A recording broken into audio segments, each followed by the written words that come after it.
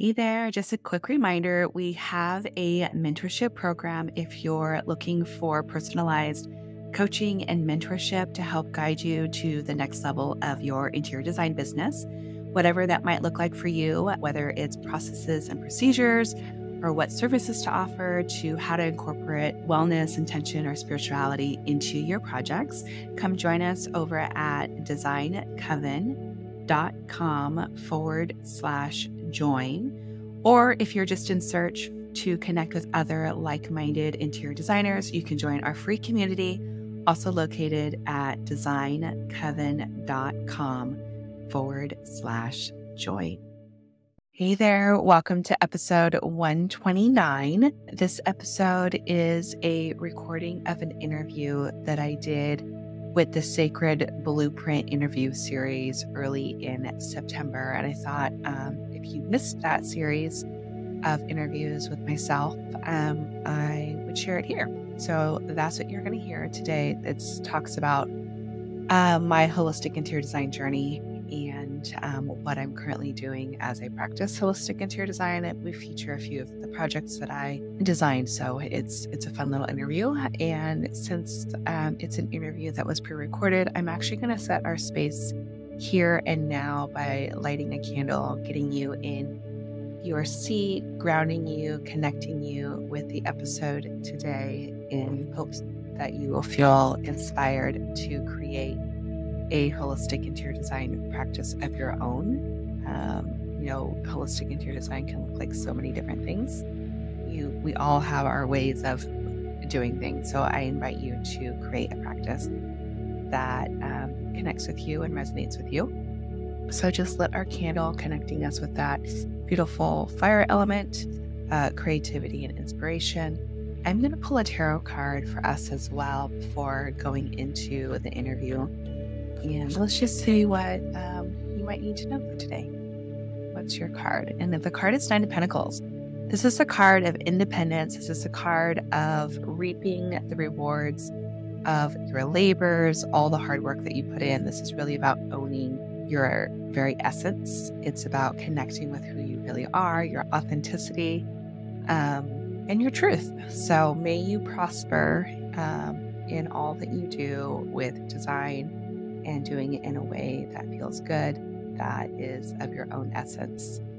Such a beautiful, perfect card to open up our space. You're listening to the Holistic Interior Design Business Podcast. This is a podcast that guides you as a new or inspiring independent interior designer navigating your entrepreneurial path. Here, with my over 20 years experience, I will share my holistic approach to design with intention and ancient practices, including Feng Shui, all incorporating mind, body, and spirit into my design projects. You will also learn from seasoned interior designers as they give strategies and insight of how they built their businesses and continue to work in the field.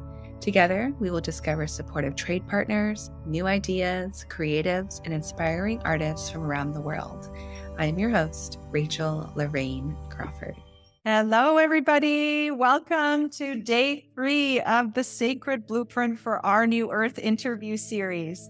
I am so delighted to see all these beautiful souls joining from different parts of the globe to hear from the world's leading energetic design experts. My name is Aisha Rose Melodie Hassan, and I am your host for this series.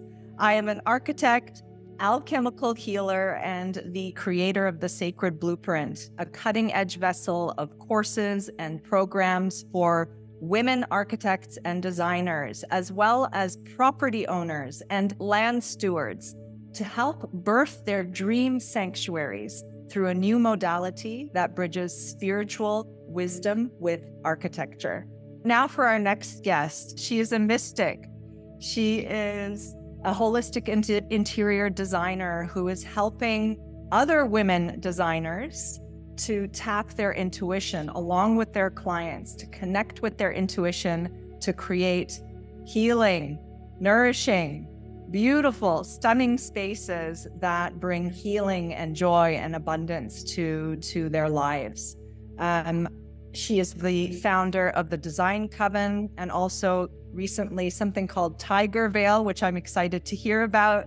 And that the Design Coven is a community, a mentoring group that as a vessel, a container for other designers to receive mentorship from Rachel and her team. Well, I said her name already. All right. She wants her name to be spoken now. Introducing and welcoming Rachel Larraine to the series. So great to have you, Rachel. Yeah, thank you for having me. I'm super excited to be here. Yeah, so great. So great to have you. And I can't wait. I have so many questions. When I was writing the list of questions, there's so many, you're so multidisciplinary, right? Like there's the tarot, there's the mysticism, there's the feng shui, there's the house healing.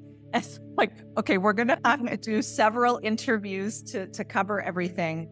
But today, in honor of the Sacred Blueprint and working with nature's energies and spirit and the spirit of the land, I'd love for you to first share your background of, how you got to this point where you started to bridge working with nature's energies, working with spirit, working with intuition, and weaving that into your own design modality. Yeah, so I graduated school in 2005 in college for interior design, but I've always had like this very spiritual, realm about me. But while I was pregnant with my first son, which was I got pregnant with him in 2010, all kinds of more intuition started being stronger. I was just more connected. I wanted to connect to my ancestors who, my mother's side are from the Philippines. My father's side is Irish, German, like Caucasian, a lot of mix here. I'm in the US. I'm in San Diego, California. But my mom's entire side is there. So there was just a lot of awakening in that realm of wanting to connect with ancestors, wanting to connect with the women that had their babies before me, to do this all natural, so there was just like an awakening that sort of happened in that space. And I was doing interior design. I went off on my own in that time, but I was working with somebody else. And when I fully was able to go off on my own, and that was in 2014 in August, I just remember like having this calling of being able to go back and learn feng shui. And then I learned about Reiki. So I became certified in classical feng shui, flying stars. I became a Reiki master in that year. So there was just things opening up. And then I went back to like tarot, which I've had a tarot card since I was 17, like the cards themselves, and that's the deck I use. So it's just like this coming back or like this coming home. And then in 2017, I went to Ireland to study under my teacher, Amanda Sophia, and a architect and shaman, Alex Stark, who's from Peru. He was practicing in LA. So we went to Ireland, and there we connected with these beautiful sacred sites, these ancient sites. We held ritual ceremony. We connected with the land in a different way. It was the first time I was ever exposed to geomancy, and just really like anchoring in and doing all that. And at the same time, I was hosting like these moon circles in my backyard, which then turned into going into these tea shops and creating ritual with other people with tea and just intentions and pulling cards for everybody. And so I was torn between these two worlds of like the spiritual place that was just blooming and blossoming, and like anything I could get my hands on, I was just studying about crystals and herbs and oils, and like there's just a million things, and I couldn't, get enough of it. But then there was this other side of me. It was like, oh my gosh, I went to school for interior design. Like I invested all this time. Like this is what I do. Like, how do I figure this out? So eventually it was just kind of like this aha moment of they're so connected. How could they not be, together? So then I just started kind of infusing both things. I was doing space clearings within homes that I was designing. I was getting design jobs from space clearings and connecting in that way. Feng shui, was something that I was promoting or sharing. Now what I'm doing is I've it's just running in the back of my head. So kind of like just a skill that's there. Same thing with like Reiki. Like when I come into a space or if I do a clearing, I'm, placing Reiki symbols, I'm showering the space and blessing the space. So now it's just sort of intertwined, in part with like trying to be as sustainable as possible with connecting with Mother Earth and honoring her, and like just being mindful of the resources and the things that I'm putting into people's homes. And then, that's kind of created the podcast and the membership and like all the other, but yeah. All the other offerings that have sprouted from this core merging of interior design with, if I may say, your witch side. Yeah. Yeah. Yeah. Yeah. It was just this blossoming of this witchiness and the design and also just kind of embracing all of that. And people, will connect with me and say, I'm so glad that you're being the face of this. I'm too afraid to do that maybe right now, but, I'm holding space for all of them. I'm so happy you're the face for this too, Rachel, because we need more women who are ready to step up, cross the threshold, and no matter how freaked out they are, no matter if they feel they're going to be ostracized or persecuted. Really, there's some deep wounds that I have experienced myself, traumas in the process of building my business. And, I would love for you to share with women, okay, you said there's some women who are still a bit scared, or they're acknowledging and saying, I'm so happy you're doing this, you're the face for it. What advice do you have for these women? I think like just in my own personal journey, I've been open about sharing like what I was doing, like with the tarot cards. Like I really wanted to get back into tarot. So for me, it was like, well, I'm just going to pull a card every day on Instagram, on stories for everyone that's watching. And then that will hold me accountable. So that's how I started. It was just one little thing. And so I was sharing that, and people were really like interested, people that I never thought would care or would be into it. When I would see them in person, it would spark these conversations about, their spirituality or what they experienced or like how they saw things and how maybe they aren't that, believe in all this stuff, but they had an experience. So then they like want to share that experience. And a lot of them they're not open really so much, right? They aren't like out there. So when they find somebody that they can connect with on a different level, then they're like, look, they just want to share it. So it's been really cool. What I see as you're speaking is just this window, this doorway, this portal opening up that says, you have permission, right? Like that it's a safe place.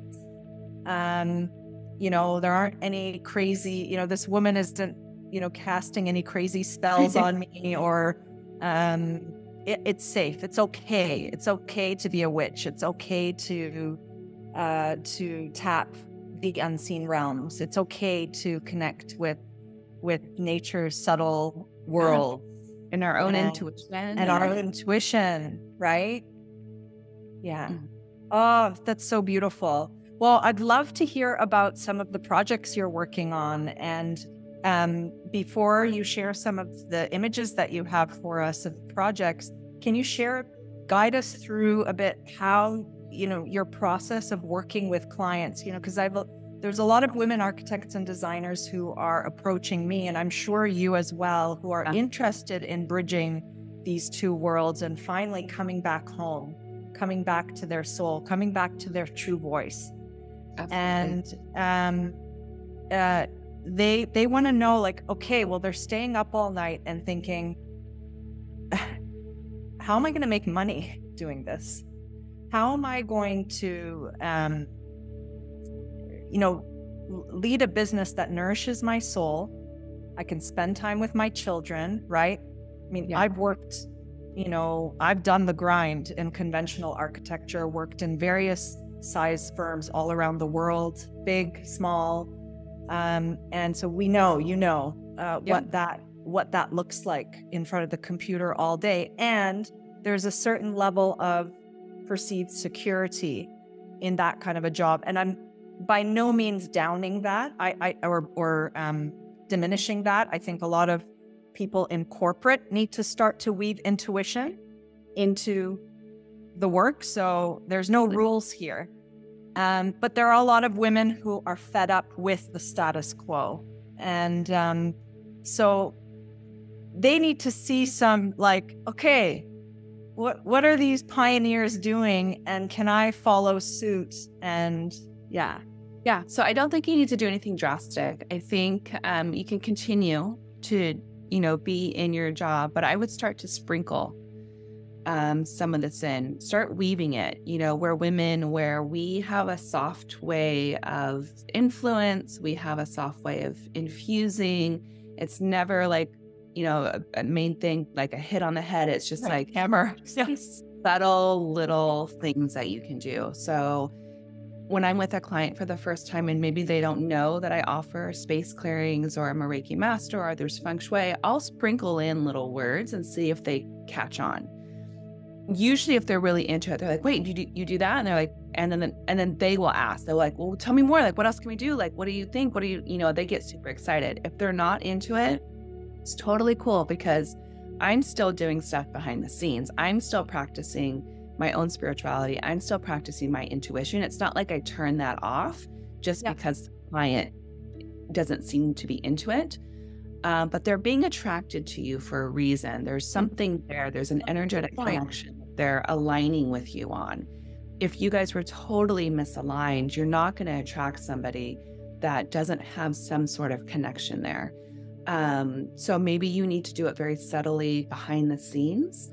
But that's in your own personal practice. So when you're at home or when you're drafting or when you're doing things, you can create a ritual for yourself. I light a candle. I might pull a card.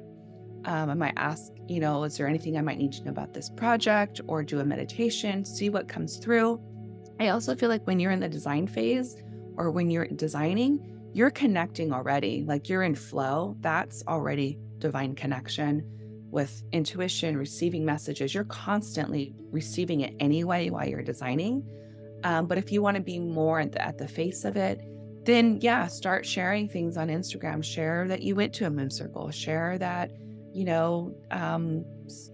we're in Mercury in retrograde. What does that mean to you? Maybe it means reflection and taking it slow. And I introduce things in a way that's not scary, or I try not to invoke fear. It's more like sharing information. So whenever I'm doing something, it's like I'm communicating, I'm sharing, I'm letting you know like what I'm feeling, what I'm seeing, what my intuitiveness. And then people just gradually, again, are attracted to you because there's something there that resonates.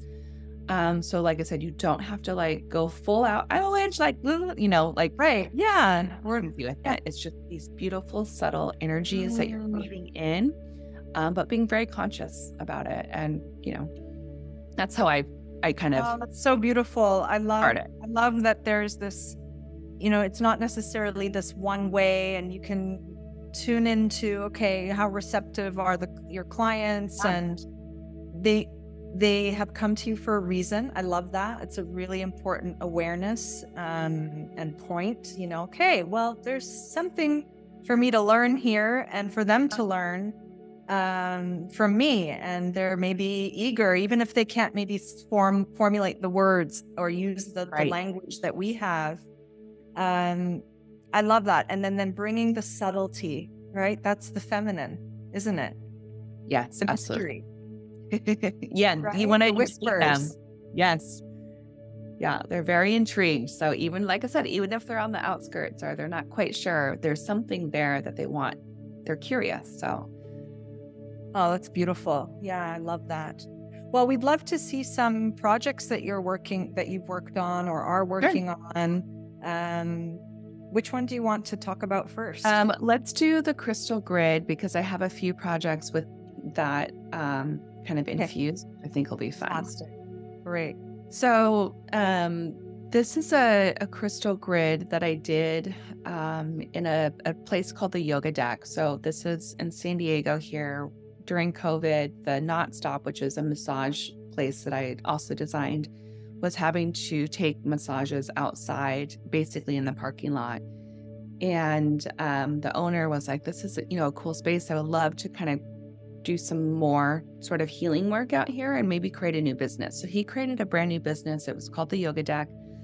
And so we created this big deck. It's a large L. And with that, I was like, since this is a healing space, let's put some crystal grids underneath the deck itself, so that when people are practicing yoga or meditation, they're basically floating over these grids, and they'll be able to feel the energy of these crystals and the intention that we're setting in them. So this is one of the grids. We did 3 of them. So based on intention, I selected the different crystals, and this one's jade, amethyst, and clear quartz. So it was really a space for connection with intuition, feeling safe.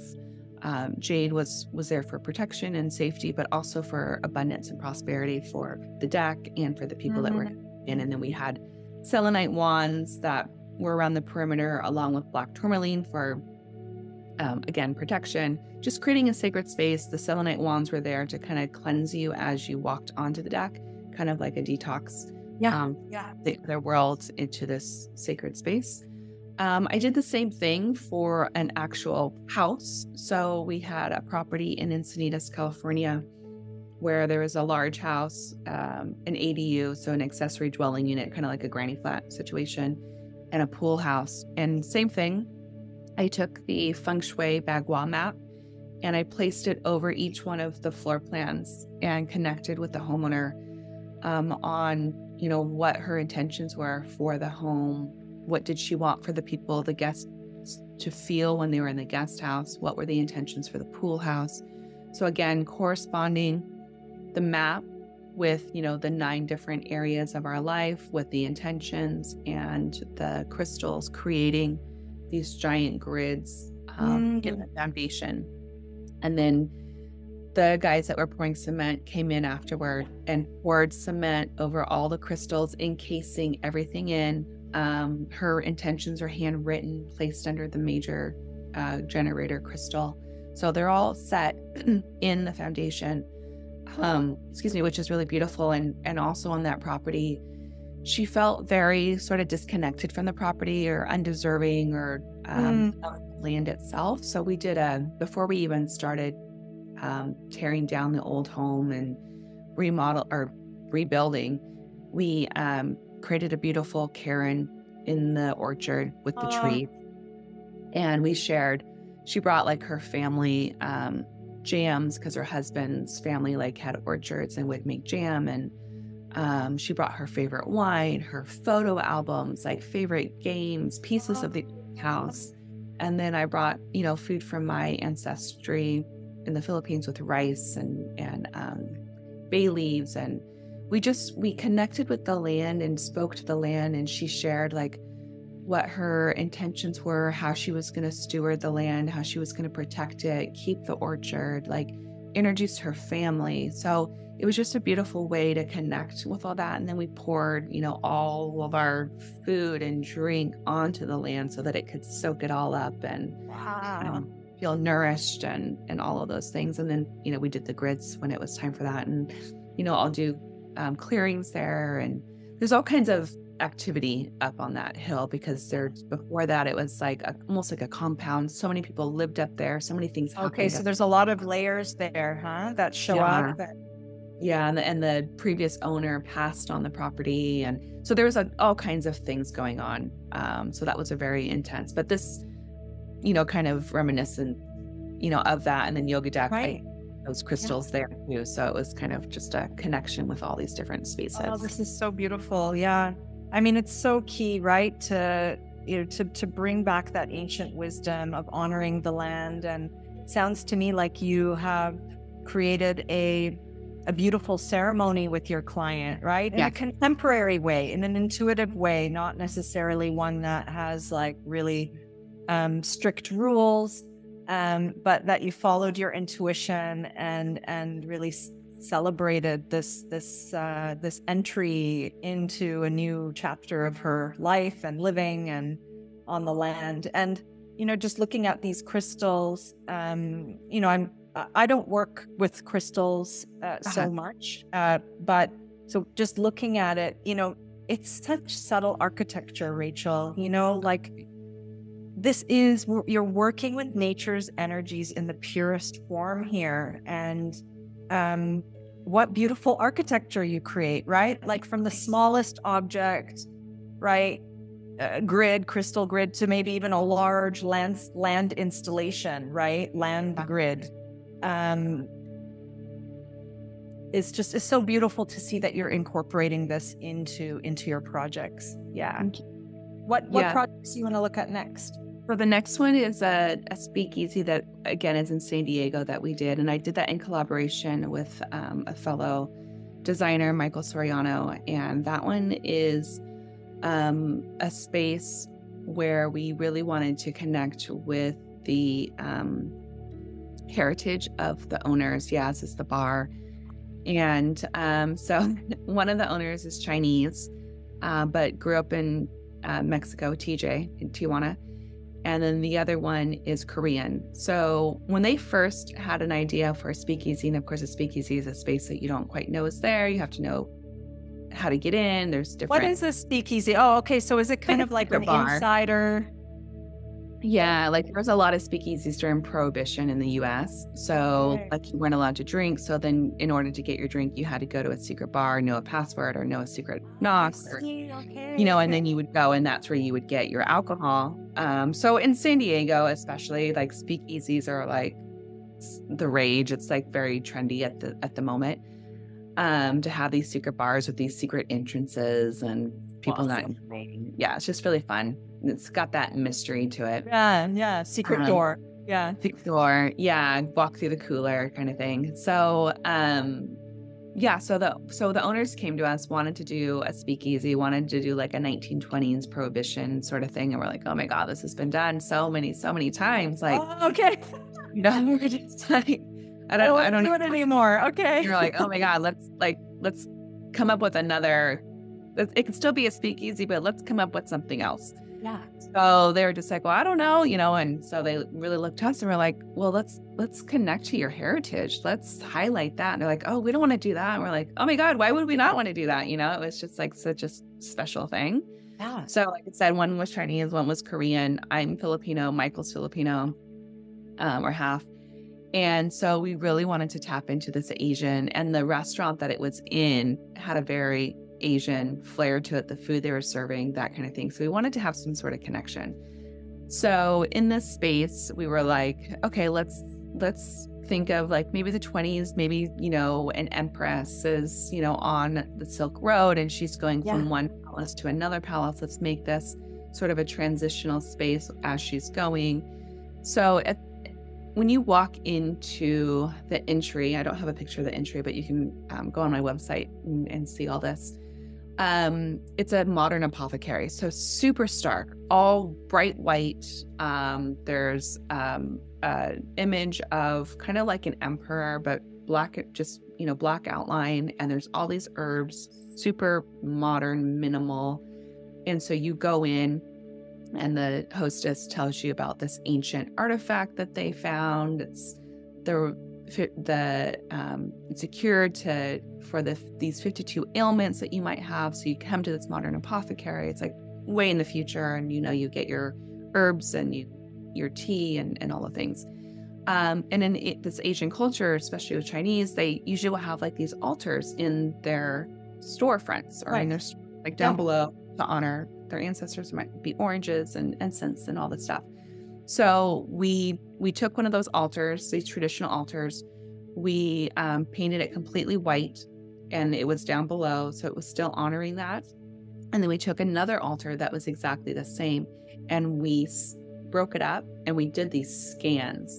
So we scanned the sides, the back, the front, and then we screen printed it on these giant boards. So so amazing. Yeah, and we influenced it with these sparrows from Mexico, because we wanted to incorporate that Mexican culture too. So there's kind of like this Latin sort of vibe in there. So you go through this door, you put your hand on the symbol, the door magically opens, you go into this portal. It's got all these orchids just hanging down, and in front of you is Kuan Yin on a curtain. and you go through Kuan Yin, and then you are in those scans. So you're like literally walking through that altar with these beautiful scans. Oh, it's like you're walking through the section. Yeah. So you're them on either side of you. And it's cut up. So it's kind of like a trail. So you're going through this portal as you go back in time. So then here's where we are back in time with ancient China, Korea. It's like a time portal. You like teleport them into this new time, space, reality. And so like these clouds that are up on the sky here, we had those ones I love. Yeah. Those created by a local art. Most of all this was handmade. So local artists created these for us. And that represented, in this Asian culture, burning incense to send your prayers and wishes up to the ancestors, up to the past. And so those clouds represent all of those prayers going up to the heavens. Beautiful. And I feel the wind spirit there too. The wind spirit. It feels like, again, the clouds above as well, and they're moving and churning and weaving stories and messages, and so that's all kind of infused in there. And then in the back there, you'll see these fabrics that are kind of draped. So we hand dyed those with tea and stripped them and hung them. So that was kind of like this makeshift, kind of like almost like tents that you'd put up while you're on the road. And we had tables that were made from fallen trees that were going to go in a landfill. So there's this company called San Diego Urban Timber here, and they take these trees that are fallen and they repurpose them, create furniture out of them. So we had that created over there. The jade bar that one's amazing. It's glowing. So it's natural stone, and then we uplight it with the light so that it has this glowing effect. So it has like this mysterious sort of vibe to it. And then, these chairs were handmade. They have like this very emperor-esque, empress energy to them. They're very curvy. They hug you. It makes you feel like you're sitting on a throne. And then they've got like all these beautiful herbs that they infuse their cocktails with, teas. So like all their and this laser cut piece on the where the bar is, it laser cut and some kind of is that correct, or is that a print? It's a print on it's like a screen print on acrylic, so you can kind of see through it. So it has this translucent vibe to it, so it's very ghost-like. And it turns, so on the back end of that is like the reserved spirits. Okay. That they have. Oh, this is stunning. I love it. And then there's another photo of another part of the bar. So this is the other side of it. This is really bright. It's not ever this bright inside of this space. Right. But so those to show what's going on in there. Yeah. So there's some hanging dividers here. So we really, with the Asian culture, it's really connected to the fishing world and the water and that kind of thing. So looking at like fishing buoys, fishing floats. So these are actually floats that you might see like on a pool. And what we did is we have 7 layers on top of them. And I created kind of like a code within each strand. So each black one means a different letter or a symbol. The gold means another thing, and then there's spacers in between. So each one of those has a different meaning, like coded into it. So that is like infused into it. We did a community connection with all of their staff and friends, and where we all were making these together at these things. Wonderful. So there's all of their hands are kind of touching and involved. Oh, wow. But yeah, we spent a night, and I did a lot of them with my family, with my boys. And then we did a special night to connect their friends and family to make them as well. And we had a party. And so everyone has a hand in them. So it's like the community's connected to it, because it's like, I made that, they understand the intention behind it. So awesome. I love it. Rachel, these fishing like element, these balls or like on strings, they also remind me of prayer beads in our culture, Muslim culture. So just because you said they have these intentions and words and each of them what represents. So it reminded me of the prayer beads as well. It's so amazing. And I love that you took the opportunity to, it's not only about creating a beautiful space, but how can you create connection with the people who are actually working there or the business owners, and created a community event to put these things together. These art. Pretty cool. Yeah, it's amazing. Yeah, so we wanted to create, in these spaces, we like to have kinetic energy. We like to have movement. So we needed a divider, but also something that could move and shift, and so it was just really neat. I'm sure. I wonder if there are people dancing with them at night. Oh, yeah. If they had a dance party in there. I know they have parties, so I'm sure people, and there's a lot of things to play with in there. Yeah. That's awesome. Yeah. I love it. That was just a special project. So beautiful. Do you have another image to share? I think those are all the ones. Yeah, it's incredible. Well, I mean, this is such a great example, Rachel, of the creative power that is possible when you tap your intuition. And we have there's so many talented architects and designers, and they're in the world, and they're not saying like, okay, I work with crystals and spiritual wisdom, but they just know, they have a really strong intuition. And there's quite frankly a lot of feng shui designers or architects who actually don't design very well. Right? Right? So it's not like, working with spirit, nature's energies equals being a really talented designer. Yeah. But what I love is that you are, there's an energy emanating from the space that you can't really describe. And it's, I think it will support the longevity of and the success of that business and the joy of your clients. Yeah, I mean, that project, I got brought on because of the spiritual piece. My friend Michael was like, I'm not taking this on unless you come with me, because I need this spiritual element in it.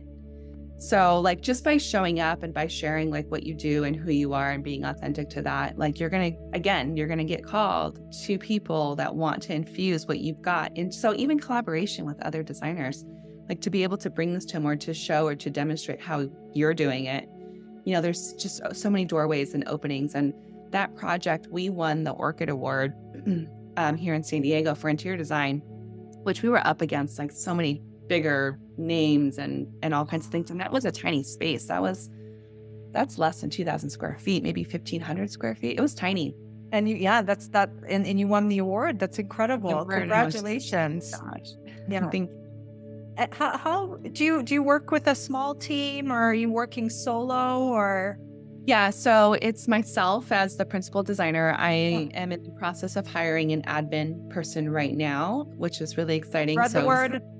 Yeah, I've gotten a bunch of applicants. Yeah. And same thing with putting out there that I was hiring. I was getting all these really beautiful people that wanted to work in a business that was holistic, that was spiritual, that they had this thing with. So that was really, really cool just to see that it was attracting certain kind of person. And so it's myself, my new admin, I don't know who that is yet. And then I have two people that do SketchUp and Revit for me. Okay. Do drawings. So that's us. And then of course, all of our contractors, and then my and collaborators. And all the artists and that kind of thing. Amazing, Rachel. Wow. Well, before we open up the Q&A portion of our talk, I'd love to zoom out into the big picture. What drives you to do this work, Rachel? For me, it's really about changing the world, just to create a better space for my kids and for the future. I just feel like it seems so daunting if we think about it, the big thing of, we're going to make this world very conscious and connected and sustainable. And but it's that could be overwhelming and very daunting. Yeah. So I'm just going to start with me first, which was where I kind of started my healing journey where I was just like, I'm going to take care of myself. I'm going to take care of my kids. I'm going to bring my kids into the world in a holistic way, just being really conscious and aware. And then from there, it was like, okay, I can do this with one client, or I can share just one piece.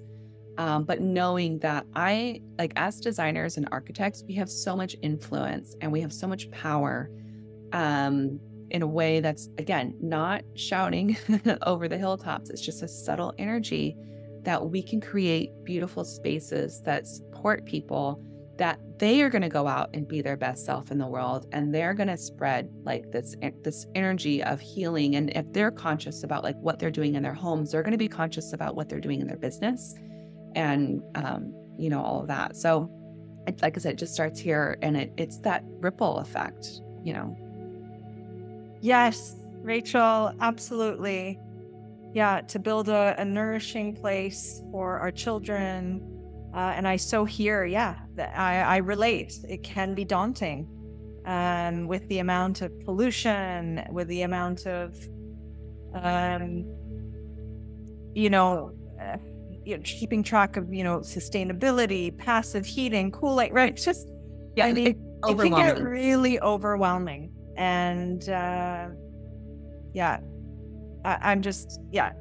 see it that we are coming back to our responsibility to be building the temples of the new earth. And I see you as a temple builder, Rachel, in a contemporary way. Temple builder that's a bar, like, what are you doing? Yeah. And then also like my kids, like they're freaked out by climate change. They're freaked out by like everything when it comes to like our earth. So they kind of keep me in check. It's kind of like, we weren't that great, a few years back. We weren't as connected or as conscious, but I'm going to be a lot more, especially with my kids, kind of like, what are you doing? Like, Yeah, absolutely. I love it. And I just noticed that there was a communication here. Can you recommend a feng shui program or accreditation? And you shared that you studied under Amanda Sophia. She's in Ireland right now currently, isn't she? She's in Ireland. She go back and forth. She goes back and forth, but the school is the International Feng Shui School, and you can take online courses there and be certified online. I know she's going to come back to San Diego here in November and do a course, but it's all virtual. You can do it all virtual. And she's also in Ireland, and she does it in person in Ireland as well. So yeah, well, she's another goddess, certainly glowing, like amazing glowing woman. Yeah. I don't know her well. I've met her through you, just very brief, and she's glowing. Yeah. Amazing woman. Energy. Yeah, very special energy.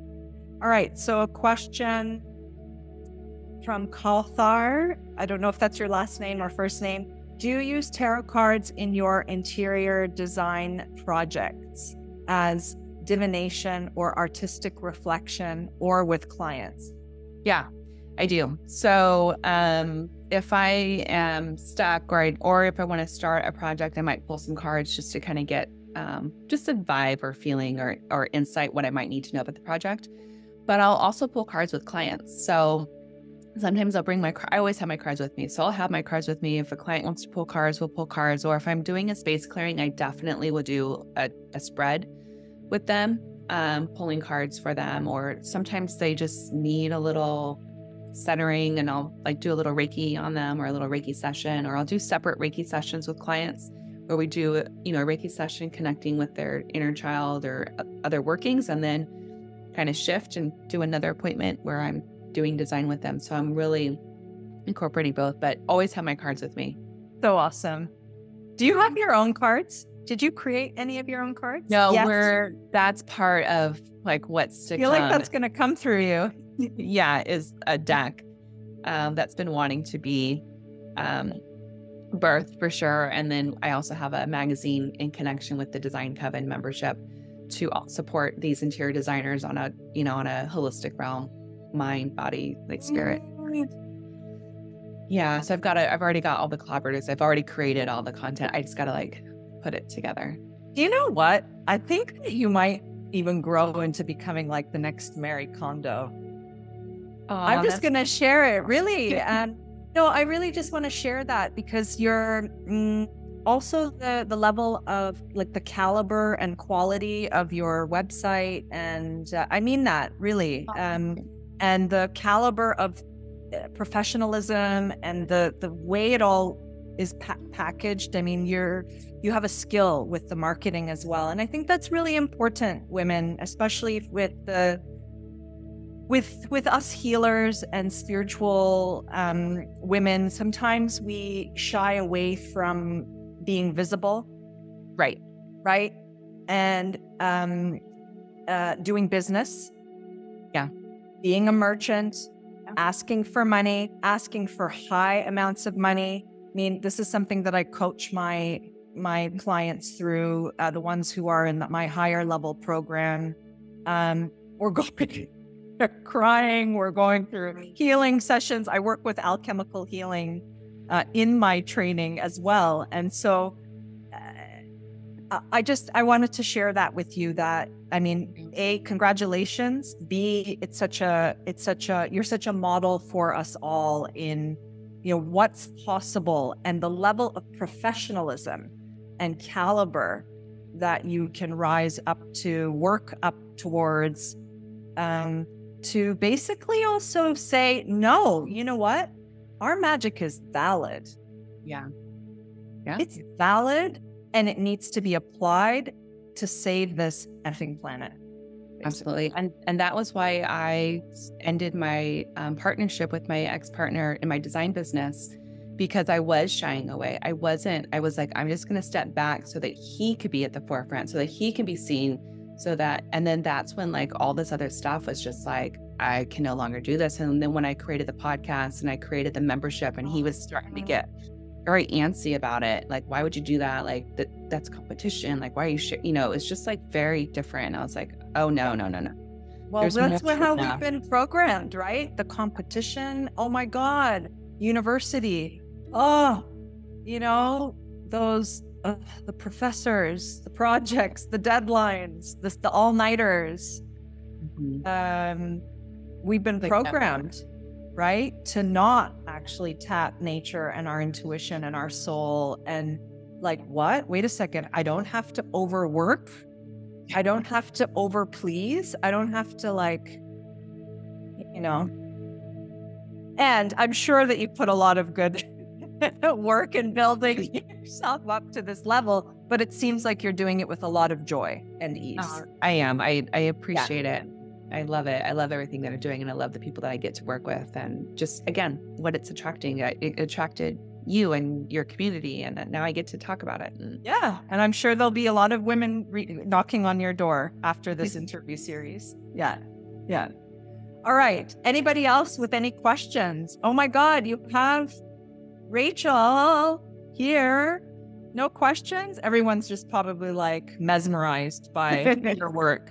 Okay, and Natalie has a question. That's great. Yay, Natalie, for sending us a question through the Q&A portal. Okay, so Natalie. Yeah. So Natalie wanted to know about the Design Coven. So the Design Coven is a membership group for anyone that's interested in the interior design realm, holistic interior design. You don't have to be a designer. You don't have to be an architect. Anyone's welcome. There's a free community there where we share resources. It's also connected to the podcast. So that if you do have like topics that you want me to cover on the podcast, it's a way for us to connect. It's so hard, like podcasts, like you just hear it and it's kind of one way. So I wanted to create something that you can connect in both ways. But we also have a virtual tier where we meet 2 to 3 times a month virtually. We set intentions at the beginning of the month. We do group coaching. So, I mean, you can even ask questions about your own home if you wanted to, because you'll have access to me for that hour to ask your questions. If you're a designer and architect and you want to know, how do I invoice? How do I do this? What do you do that? How do you infuse this? Like, all your questions can be answered within that group coaching. And then we do product training or business practice. So I'll bring somebody in. This month, we've got someone that's talking about branding your business, getting everything in alignment, or someone that's talking about LinkedIn, or we're learning about a sustainable vendor. So that's all in there. You have access to the library. So all the past trainings, there's also a secret podcast within the Design Coven of all the past trainings. So if you wanted to catch up and listen to past panelists, past designers, past guests, you have all that there. And then the in-person stuff is in San Diego, which includes all that, plus actually going to my vendors, going to art studios to meet artists. Just fly there. Just fly there. But yeah, there's a virtual tier that, like I said, everyone's beautiful. welcome. You just want to join the community, you can do that too. Oh, that's amazing. That sounds really delicious and sounds like a really huge benefit and much needed, because I feel like the women who are really hearing the call to bridge spirit with design, even if they're not interior designers, feel really lonely. And so this sounds like a really good, Yeah. I get messages from the podcast, just people that are in Egypt or in the Middle East, or they're in the UK, they're in Scotland. Like, no one else is doing this. I'm trying to do this. I don't know, like, how do I start? And it's like, come join our community and you won't be alone. Amazing. Beautiful. All right. And we've got another question from Natalie. And do you feel that high-end interiors clients are more and more open to spiritual aspects of design? I don't know if it's necessarily high-end. I think it's all people. I get people connected on all levels, whether it's just somebody that's a friend that's doing their own place in their DIY.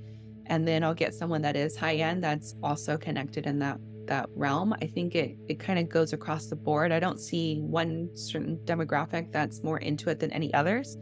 Now, I will say that I am in Encinitas, California, and this community is very connected spiritually, sustainability, earth, like everyone's outside. We're very indoor, outdoor sort of realm. I understand that Southern California is kind of its own little bubble.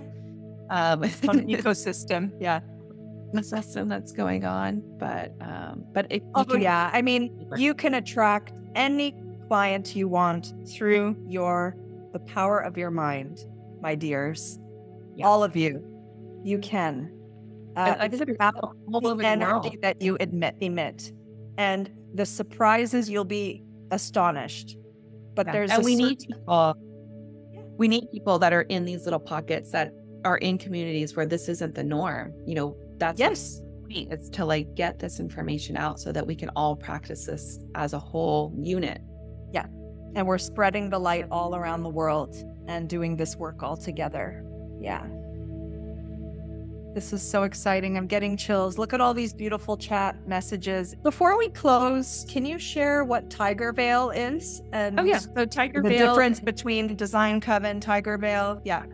So Tiger Veil is my own personal interior design brand. So the tiger really represents empowerment. So empowering others in their home, reclaiming their spaces, like just being really fierce in their design, their aesthetic, the energy that we're putting out. I didn't realize when I named the company, it was during the year of the tiger. That was just a thing that happened, which was really cool and coincidental. And then the veil is that connection to the other side, to the spiritual realms, to the energetic realms.